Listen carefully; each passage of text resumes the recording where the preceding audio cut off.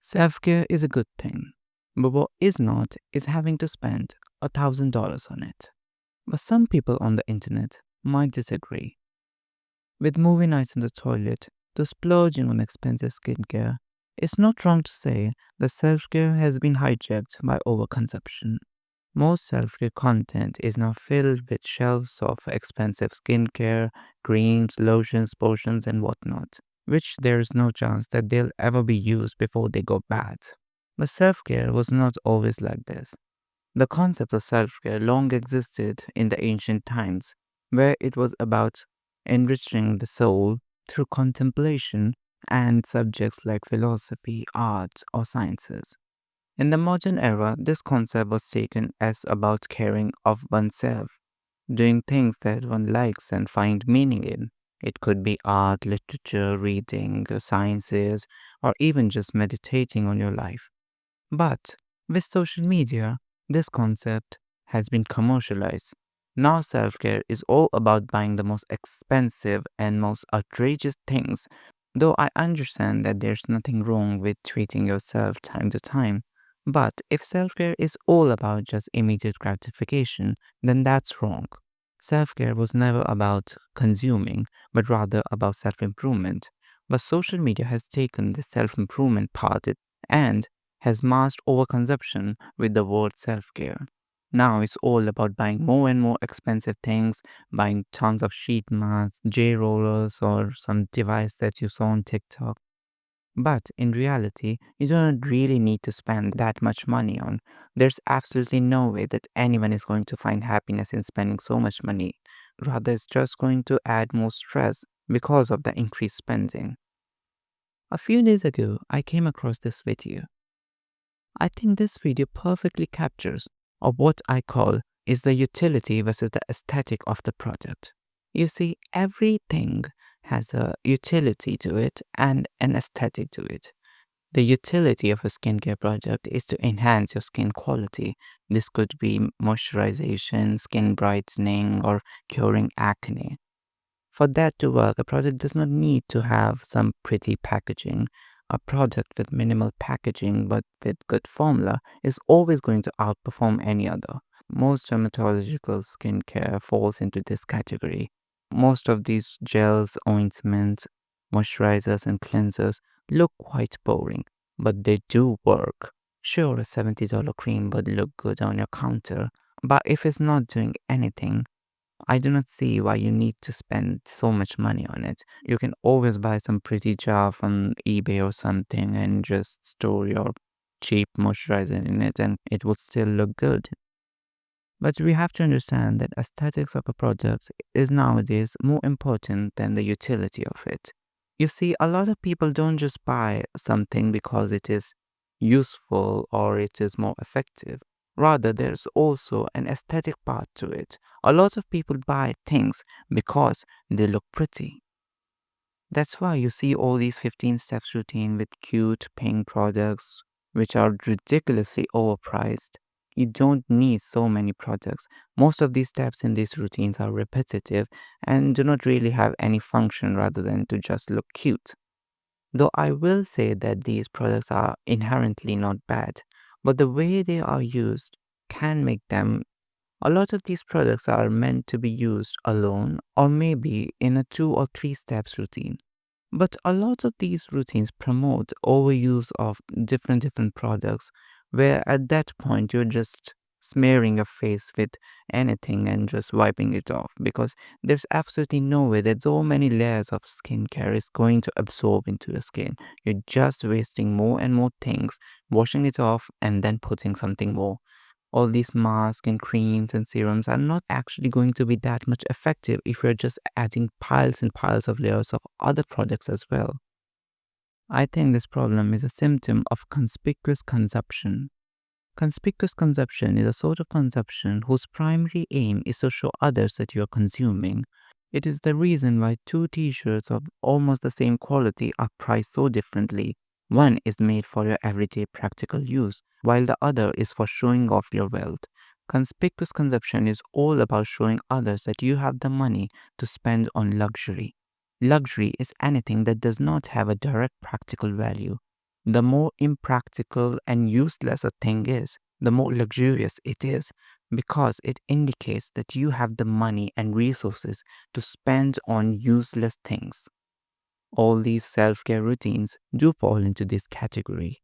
These routines showcase that the person who is using these products has the resources and money to splurge on these things. These influencers showcase these products and define what a good life is. And when people see this, they also think that this is what a good life is, and they also need it. They also want to be perceived as someone who has also achieved this kind of status. And in hope so, they do also start to spend more money on it. This is how conspicuous consumption works. First, a person will showcase that they are indulging in luxury, then the others will see it and become envious of it, then they'll also start spending money on it. Conspicuous consumption relies on such kind of jealousy and envy that you have to pretend that you are actually enjoying and indulging in this luxury, that you have that kind of status and money to spend on perfectly useless thing, and you can just throw away your money anywhere. This also redefines what a good life is. When so many people start to indulge in these kinds of luxuries, it changes the standard of what is considered a good life. If you see a lot of people buying that expensive perfume or clothes, you will start to get uncomfortable if you don't have it. And then it's obvious that you will also buy it to fit in that group. Apart from that, this problem is also because of increased loneliness. Because more and more people are now facing loneliness every day, they do want to find a way to be more happy. And that vulnerability is exploited by this industry, who promotes this idea that by consuming you can be happy and level up your social status. Instead of going out and meeting friends and having a social life, it promotes a certain narcissistic personality which is too focused on oneself, and in this state, it is very easy to sell someone anything. If a product is promising that it can change you, transform you, or make you better than others, of course, a person who is obsessed in this is obviously going to buy it. And that is how overconsumption works. Overconsumption is an addiction and it needs to be addressed. It is also a sort of behavioral disorder which is fueled by various psychological factors, including dopamine effect, which triggers when you buy something. It does really feel good to hold that expensive Gucci bag or having that expensive collection of perfumes. But as with any addiction, it starts to make someone depend on it. People start hoarding and always obsessing with sales and buying more even though they do not need. Being happy for them becomes more about what you can buy and consume. I also want to talk about how these videos are actually made. You see, a lot of these videos seems very comfy and peaceful, but in reality, making these videos is a lot of effort. There are cameras, lightnings, tripods and everything. You also have to care about the natural light and how it is filmed. You also have to take care of the noise and everything. You also have to voice over everything. So it does take a couple of takes and repeating your script and everything. So it's not as comfy and peaceful as you think it is. Moreover, most of these videos are anything but glorified commercials who are a lot of time sponsored. And do not forget that there is obviously a lot of editing in this video. There is a lot of color grading and other strategies which can make even the most mundane things look good. And I should not forget that these sorts of videos actually thrive on people's insecurities. A lot of people are insecure about their appearance these days, and this industry is well thriving on it by inventing archetypes like a clean girl, that girl, or anything like that. They're also indirectly saying that if you are not using these sorts of products, you are not clean. And obviously, everyone wants to be perceived as clean, so a lot of people will buy these products.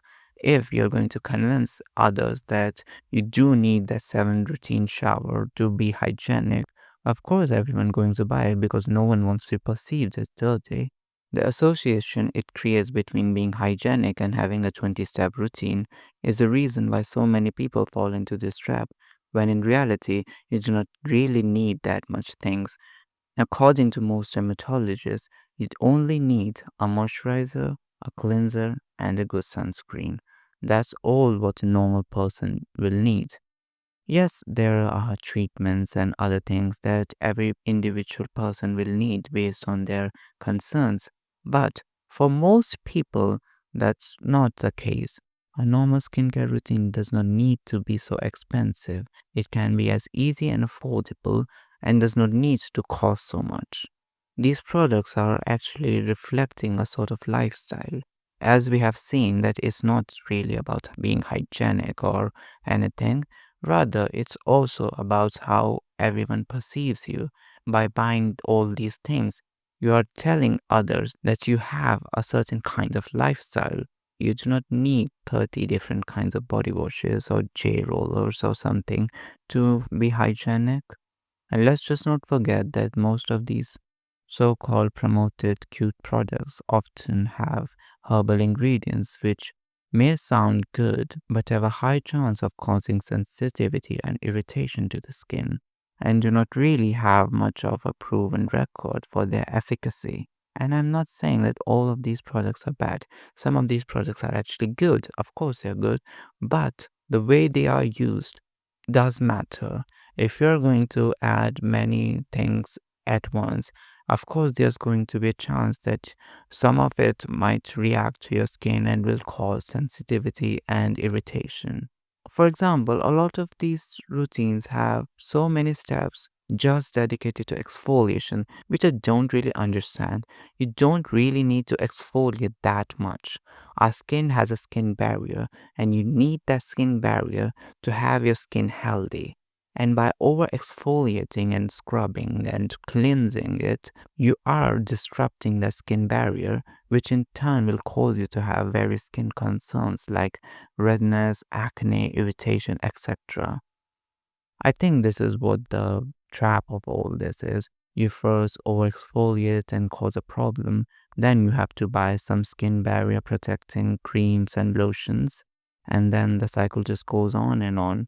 Also, I do think that this is a sort of the philosophy of this whole self care thing that you need to exfoliate and scrub and just like get things off of your body. Like it's all about cleansing away and just removing everything, which I really don't understand why though. I mean, it's all about just being an overkill.